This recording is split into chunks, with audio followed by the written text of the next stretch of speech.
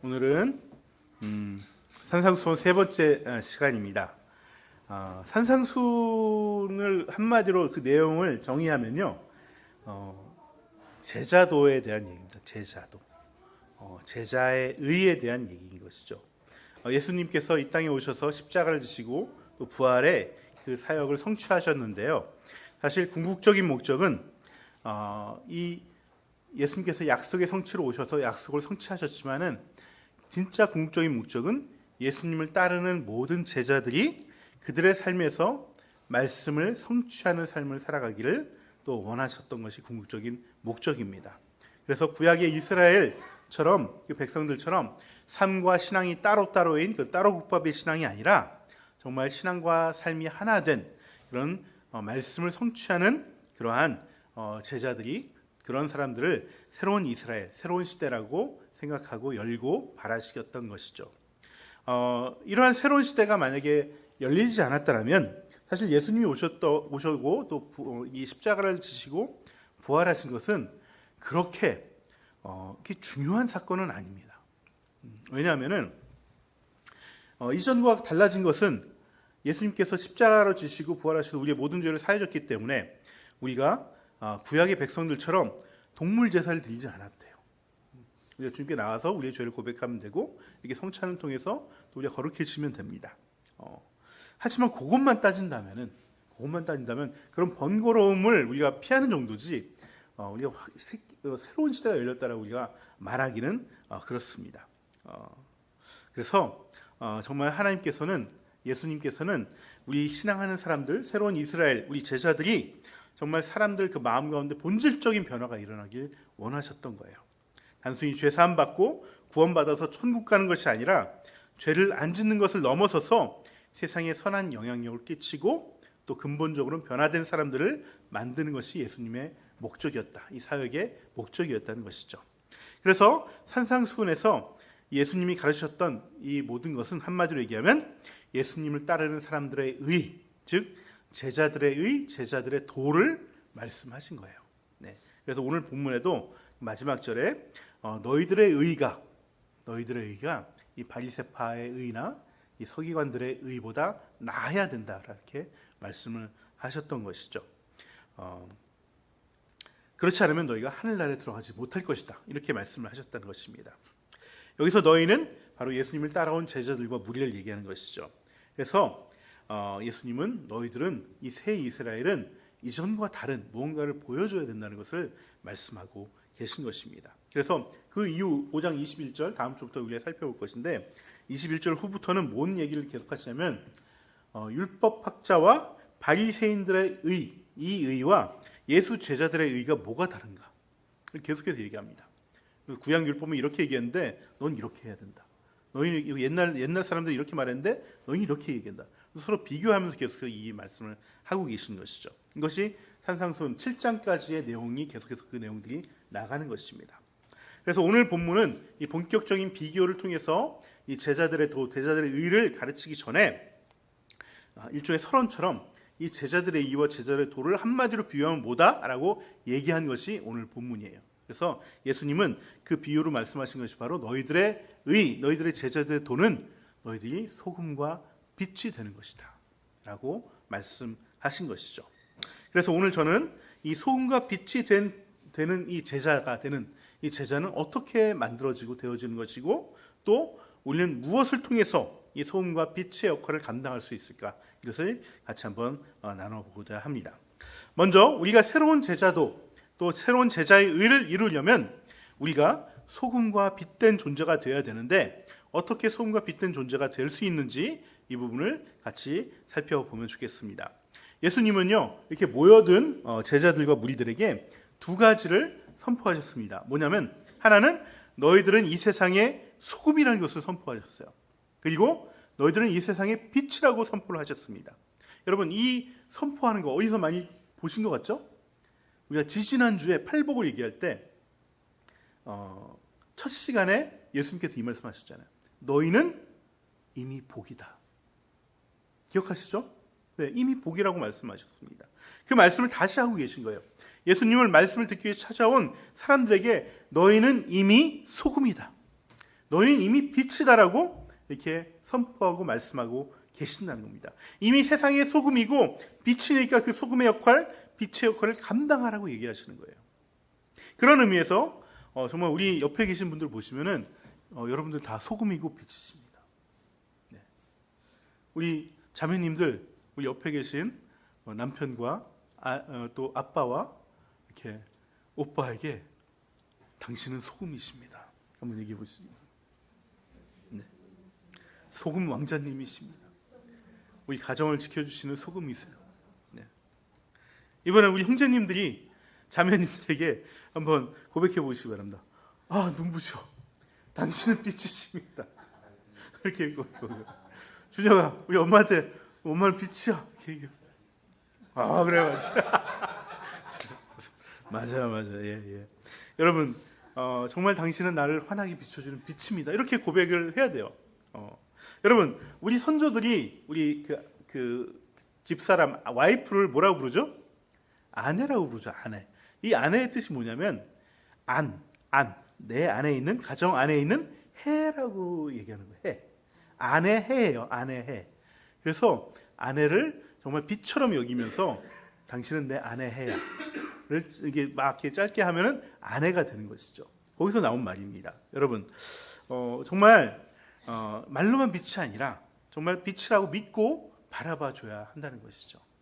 예수님은 그렇게 모인 제자들과 무리들에게 너희는 이미 소금이야, 이미 빛이야라고 말을 하고 계신다는 겁니다. 남편도 짠돌이가 아니라 당신은 소금이에요. 이렇게 얘기를 해줘야 되는 것입니다. 우리 가정을 만나게 해주고 또 우리 가정을 지켜주는 소금과 같은 존재이다. 이렇게 고백을 하셔야 되는 거예요. 네. 또 남자 여자를 떠나서 서로가 소금이고 빛이라고 이렇게 봐주고 봐주셔야 되는 것이죠. 여러분, 중요한 것은, 제가 얘기하고자 하는 것은 예수님은 우리에게 너의 소금이 되어야 돼, 빛이 되어야 돼 얘기하지 않으셨다는 거예요. 이미 소금인데 더 무슨 소금이 되어야 되겠습니까? 뭐 더 고농축 소금이 되어야 될까요? 아니요. 여러분, 소금을 안 넣어도 문제가 되지만 소금 너무 많이 넣으면은 그 음식 버립니다. 못 먹습니다. 너 과하는 것은 이렇게 못하는 것보다 더 문제가 되는 것이죠. 적절히 소금 맛을 내줘야 되는 것이지, 정말 너무 많이 극단적인 소금 맛이 나면은 정말 못 먹게 되는 것이죠. 여러분, 우리가 이미 소금이라는 말을 들었음에도 불구하고 내 안에 그래, 나는 소금이 돼야지, 빛이 돼야지 라는 마음이 생겼다면은 어쩌면 우리는 이 예수님의 말씀을 믿지 못하는 것일 수도 있는 것이죠. 여러분, 예수님이 소금이라고 하실 때 이것은 어디까지나 비유예요. 비유. 그러니까 무언가 맛을 내주는 존재에 있는데 그 맛이 꼭 짠맛이어야 된다는 건 아닙니다. 하나의 비유로, 우리가 당시에는 조미료가 많지 않았잖아요. 거의. 그러니까 소금이 조미료의 대표인 것이죠. 그런 의미에서 맛을 내는 어떤 존재를 비유해서 얘기하기 때문에 소금이라고 얘기한 것입니다. 또 우리가 소금을 얘기하면은, 우리가 그동안 설교에서 이런 말씀 많이 들었을 거예요. 소금은 썩는 걸 방지해 준다. 그렇기 때문에 너희들이 세상에서 이 세상이 부패하고 썩는 걸 방지하는 역할을 해야 된다. 이런 말씀 아마 많이 들어보셨을 것 같습니다. 물론 뭐 그런 의미도 뭐 있을 수 있겠지만은 그게 그 얘기를 하자는 것이 아니에요. 예수님은 우리를 소금에 비유하실 때 어떤 소금이냐면 세상의 소금이라고 비유를 하신 겁니다. 세상의 소금. 이것은 음식의 소금 외에는 짠맛을 내주게 하는 것이 정말 찾기가 어렵듯이 세상에서 우리가 아니면 맛을 내지 못하는 것이 있다는 걸 얘기하는 거예요. 우리가 아니면 맛을 내지 못하는 게 있습니다.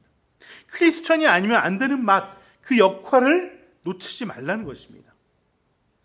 그래서 우리가 이 말씀 듣고 내가 짠맛을 내고 뭐 부패를 막기 위해서 무엇을 노력하라는 것이 아니라, 우리가 크리스천이기 때문에 자연스럽게 우리에게서 나오는 이 맛을 내주고 그 역할들을 감당하라는 것입니다.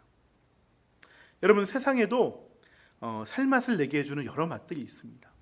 문화의 맛들이 있고, 또 부패를 막기 위해서 뭐 여러 가지 일들을 합니다. 법을 만들고 뭐 정말 그 감시단이 있고 이런 것들이 다 있어요. 그 맛과 그 일들을 우리가 세상보다 더 뛰어나게 하려고, 또 특별하게 뭐 하려는 것이 아니라, 우리가 제자이기 때문에 제자들만 나타낼 수 있는 그 맛과 역할을 감당하라는 거예요. 제가 예전에 우리 그 고등학교 선배 중에 감독하시는 분이 영화 감독하시는 분인데 이분이 어떤 영화를 이렇게 준비하다가 캐스팅이 다 됐어. 주연 배우 다 됐는데 정말 그 조연 배우 한 명을 뽑으려고 근데 진짜 없는 거야. 자기 마음에 드는 이 캐릭터를 잘 소화할 수 있는. 그리고 막 고심하다가 제작 일정이 계속 미뤄지고 있는데 어느 날 길을 가다가 자기가 딱 생각했던 그 어떤 여자가 젊은 여자가 딱 있는 거예요. 그래서 달려가서 내가 감독인데 우리가 이런 영화를 찍으려고 하는데 당신이 좀 같이 해보면 어떻겠냐. 그랬더니 마침 이 사람이 또 배우 지망생이었어요. 좋다고 그러면서 날짜를 잡고 오디션 보러 와라. 딱 했습니다. 그래서 오디션 딱 봤는데 막상 오디션을 딱 보는데 그 느낌이 안 나는 거예요. 그래가지고 이게 아닌데 그러면서 이제 이 그 배우한테 이걸 다시 설명해 주면서 이런 걸 해줘야 돼. 근데 내가 보기에는 그냥 있는 그대로 하면 돼. 뭐 하려고 하지 말고 있는 그대로 하면 돼.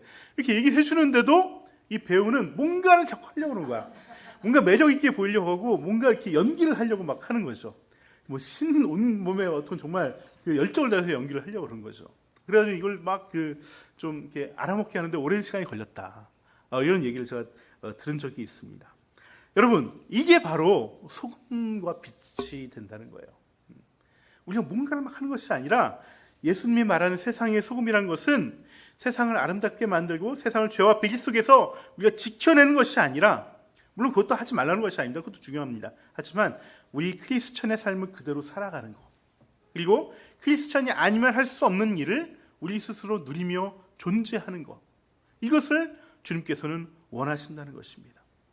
하나님을 예배하는 것이죠. 하나님이 맺어주신 가정과 교회 공동체에서 서로 섬기며 살아가는 겁니다. 또 말씀을 사모해서 말씀대로 살아가려고 소망하는 것입니다. 이것이 바로 소금된 모습이라는 것이에요. 왜냐하면 세상에서는 하나님을 예배하는 자가 없기 때문에 그렇습니다. 베드로 사도가 이 얘기를 하셨죠. 너희는 열방의 제사장이다.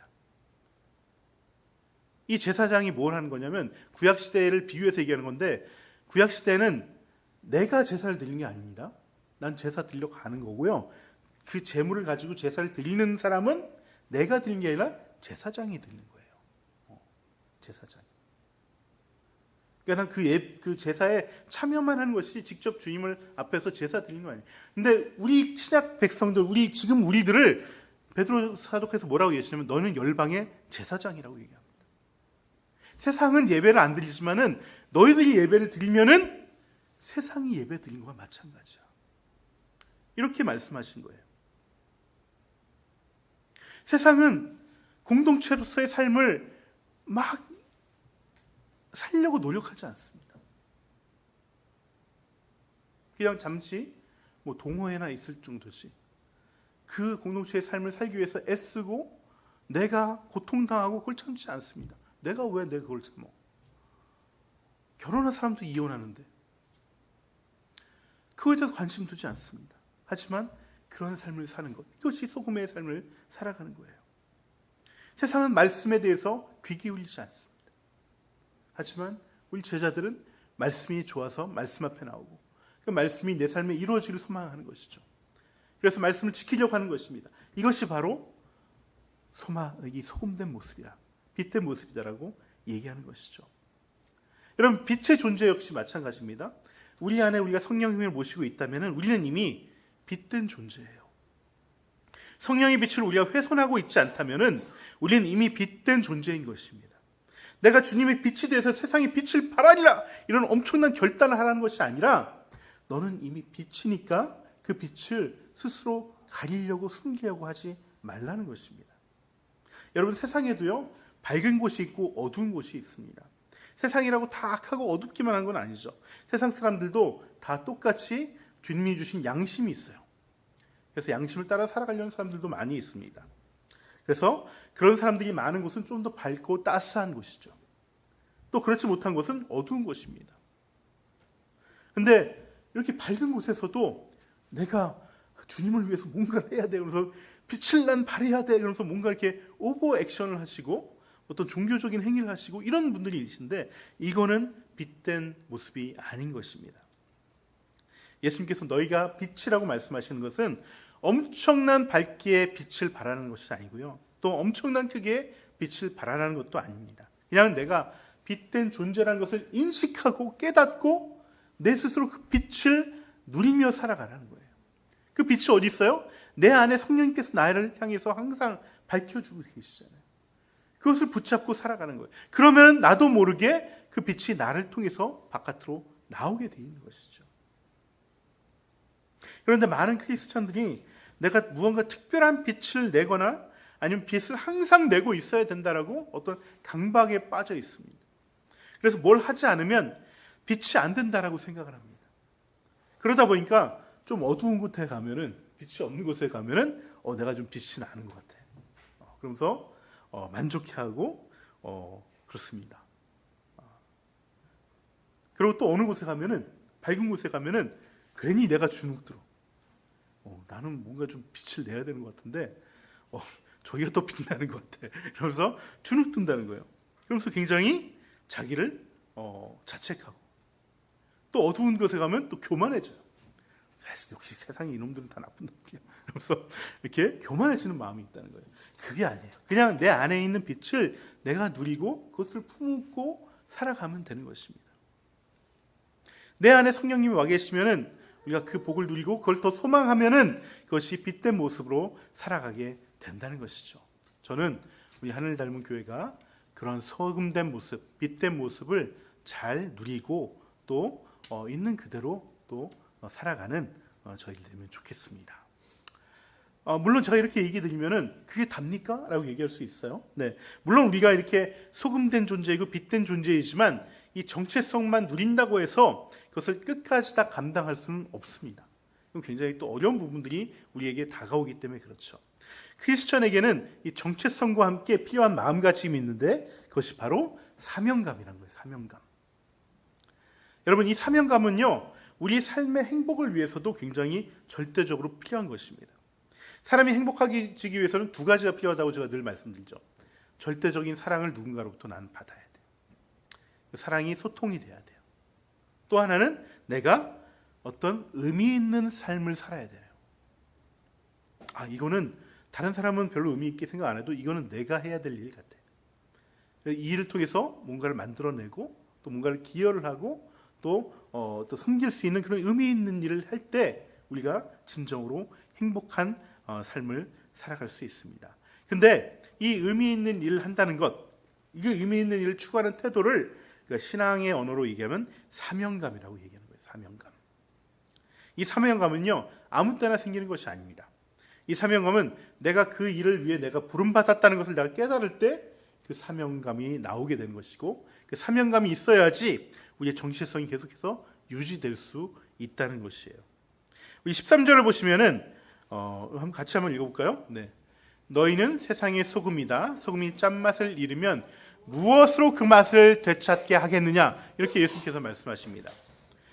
예수님께서는요, 만일 소금이 짠맛을 잃으면 그 짠맛을 무엇으로 되찾게 하겠느냐? 이것은 그 짠맛이라는 건 뭐냐면 세상의 짠맛을 얘기하는 거예요. 이게 뭐냐면은 내가 소금인데 내가 소금의 짠맛을 잃어버리면은 내가 어떻게 다시 소금기를 다시 회복할까? 어떻게 하면 내가 다시 소금처럼 짠맛을 낼 수 있을까? 이걸 어떻게 해야 되지? 이 방법을 물으시는 게 아니고요. 세상의 너희들 소금이어서 세상의 소금이 돼야 되는데 세상에서 너희들이 소금의 맛을 잃어버려서 세상에 짠맛이 없으면은 그럼 어디서 이 짠맛을 찾아야 되지? 뭘로 세상을 짜게 해야 되지? 맛을 내야 되겠지? 라고 반문하시는 거예요. 바로 우리에게 사명감을 요구하고 계시다는 것이죠. 이렇게 사명감을 요구하시는 이유는요, 우리가 소금된 역할, 빛된 역할을 책임감을 가지고 주체적으로 감당할 수 있게 하려면 이 사명감이 필요하기 때문에 그런 것입니다. 그리고 그 과정에서 우리는 주어진 우리의 삶에서 이 사명감을 가지고 해나가다 보면은 삶의 의미를 찾게 되고 진정한 행복을 찾게 되는 것이죠. 어느 날 엄마가 아들에게 이렇게 얘기했다고 합니다. 아들이 엄마에게 이렇게 얘기했다고 합니다. 엄마, 나 오늘 교회 안 갈래. 나 오늘 교회 가고 싶지 않아. 나 오늘 정말 집에 있고 싶어. 쉬고 싶어. 그랬더니 엄마가 야, 너 절대 그러면 안 된다. 교회를 안 가면 어떡하니? 그랬더니 아들이 또 얘기합니다. 왜 나만 맨날 가야 돼? 왜 나만 매주 빠지지 않고 가야 되는 거야? 나는 하루도 빠질 수 없는 거야? 그러자 엄마가 이렇게 얘기했습니다. 넌 목사잖니? 너가 빠지면 예배는 누가 인도해?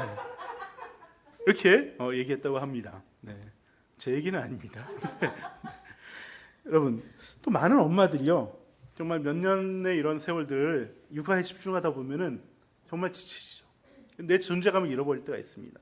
사회적으로 내가 기능도 못하는 것 같고 효용감도 잃어버릴 때가 있습니다. 그래서 나는 아무 쓸모없는 사람 같게 느껴지고 자책하는 느낌도 생깁니다. 그래서 심지어는 우울증도 생기기도 하고 무기력이 생겨서 정말 어떻게 해서든 난 이제는 더 이상 못하겠어. 애들 학원을 돌리든지 어디 맡기든지 해서 난 사회생활을 할 거야. 이렇게 하시는 분들이 계셔요. 하지만 가정에서 아이를 키우는 일보다 더 중요하고, 그 시기는 사실 애들가 20살이 돼서 키울 수 있는 거 아닙니다. 그 시기는 그 시기 때 해야 될 일이 있어요. 안 되는 일이에요. 그거는 그 시기가 아니면. 그리고 무엇보다도 그 아이를 키우는 일은 그 엄마 외에는 누구도 대체할 수가 없습니다. 물론 특별한 상황에 정말 너무 돈이 없어서 일을 해야 되는 상황은 어쩔 수 없고, 또 엄마가 없는 경우도 있습니다. 그럴 때 아빠가 그 일을 할 수 있겠죠. 하지만 일반적으로는 정말 엄마 외에는 그 누구도 아이들에게 정서적 안정감을 공급해 주기가 쉽지 않다는 거예요. 한마디로 엄마 외에는 대체 불가해요. 그럴 때 어떤 엄마는 좀 전에 말한 그 개념 없는 목사처럼 왜 나만 이래야 되냐 이렇게 따지고 또 상황과 자신을 탓하는 사람이 있는가 하면, 또 어떤 사람은 나를 거기에 부르신 이유가 나 외에는 정말 대체할 누군가가 없기 때문에 그 일을 기꺼이 사명감으로 감당하는 사람이 있습니다. 같은 일을 하는데 억지로 하는 사람이 있고 사명감으로 하는 사람이 있어요. 그러면 어떤 사람이 더 행복한 삶을 살게 될까요? 네, 그건 뭐 물어보나 마나인 것이죠.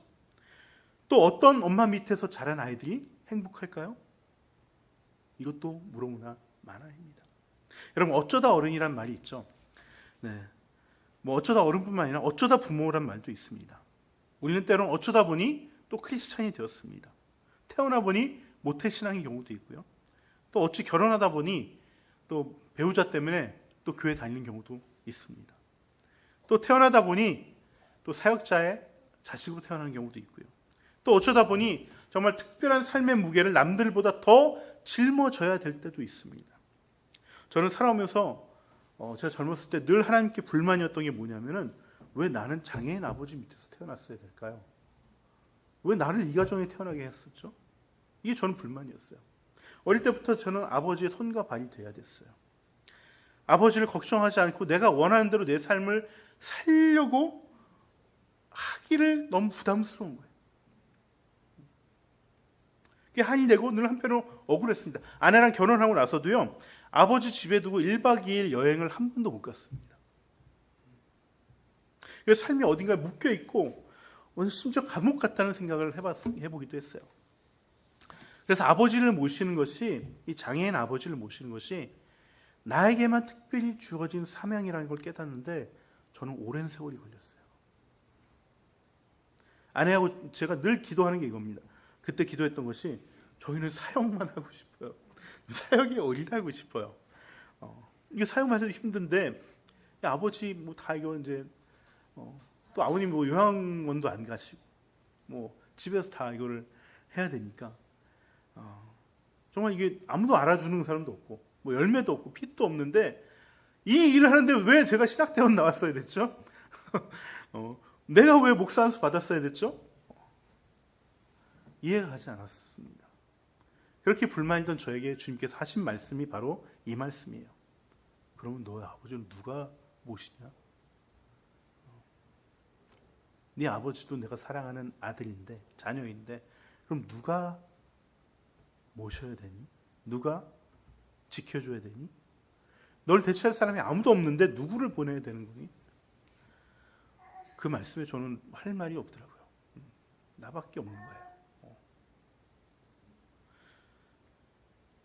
그래, 내 아버지를 모신 것이 내 사명이구나. 내 일이구나 라는 것을 인정하지 않을 수가 없었던 것이죠. 그래서 내가 목사로서 무슨 특별한 일을 하는 것이 사명이 아니라 무슨 엄청난 사역을 하는 것이 사명이 아니고 그저 부르신 곳에서 나밖에는 할 사람이 없는 곳에서 주어진 일에 내가 소금된 역할, 빛된 역할을 감당하는 것이 진짜 내 사명이구나. 그것을 조금씩 이해하고 받아들이고 깨닫게 간 것이죠. 그래서 그때부터 좀 더 제가 적극적으로 아버지를 모실 수 있었고요. 또 그냥 하기 싫은데 억지로 하는 게 아니라 내가 스스로 주체가 돼서 아버지 모시고 아버지를 섬길 수 있었습니다. 내가 억지로 하는 것이 아니라 내가 나의 일로 여기고 내 사명을 가지고 그 일을 하다 보니까 거기서 나만의 행복을, 내 삶의 의미를 찾고 그 행복을 저는 알게 될 수 있었습니다. 그래서 지금은 돌아보면은 이 인생도 참 복된 인생이구나.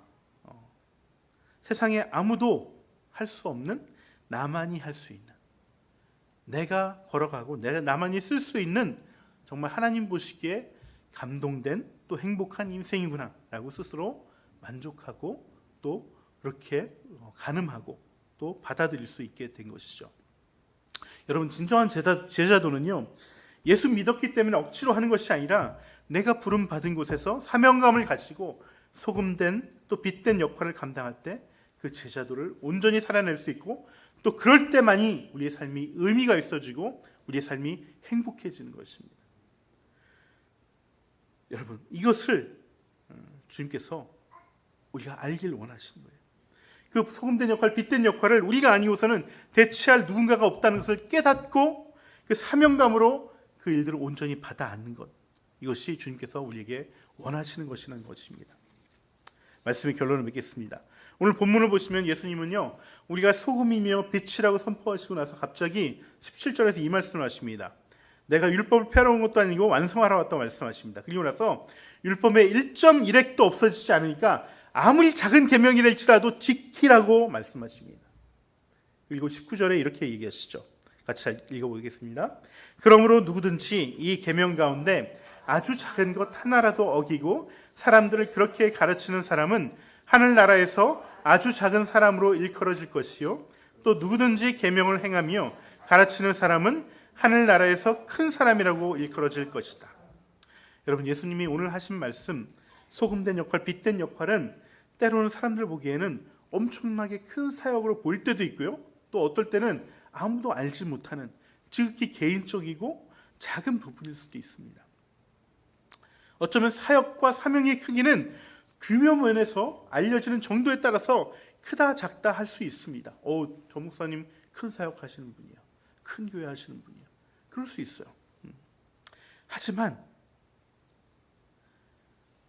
그 사역을 담당하는 사람은 그 사역의 크기에 따라서 크다 작다 할 수는 없는 것이에요. 하나님이 보시기에 정말 큰 사람은 아무리 작고 보잘것없는 것이라 할지라도 그 일을 사명감으로 감당하고 행하고 그 행함을 통해서 그 배운 것을 또 누군가에게 당당하게 가르칠 수 있는 사람이 진정 하나님의 큰 사람이라는 거예요. 제가 요즘은 여러 가지 일들을 좀 가르치는 것들을 기회가 있으면 당당하게 합니다. 예전에는 당당하게 못했어요. 나 같은 사람이 무슨 조그만 개죽해 있는 목사가 뭘 가르쳐, 이게 있는데 그게 아니라 그 안에서 내가 배운 것들이 있다면은 당당하게 가르치라고 주님께서 말씀하신 것이죠. 그게 나는 하나님 안에서 큰 자라고 생각하고 큰 자가 되고 싶어하는 마음이 있고 그대로 행하는 것일 뿐이에요. 그 가운데서 우리가 배운 것이 있다면은 우리가 그것들을 가르칠 수 있는 것이죠. 당당하게 가르칠 수 있는 것이죠. 이 가르침은 나 말고는 누구도 할 수 없는 거니까.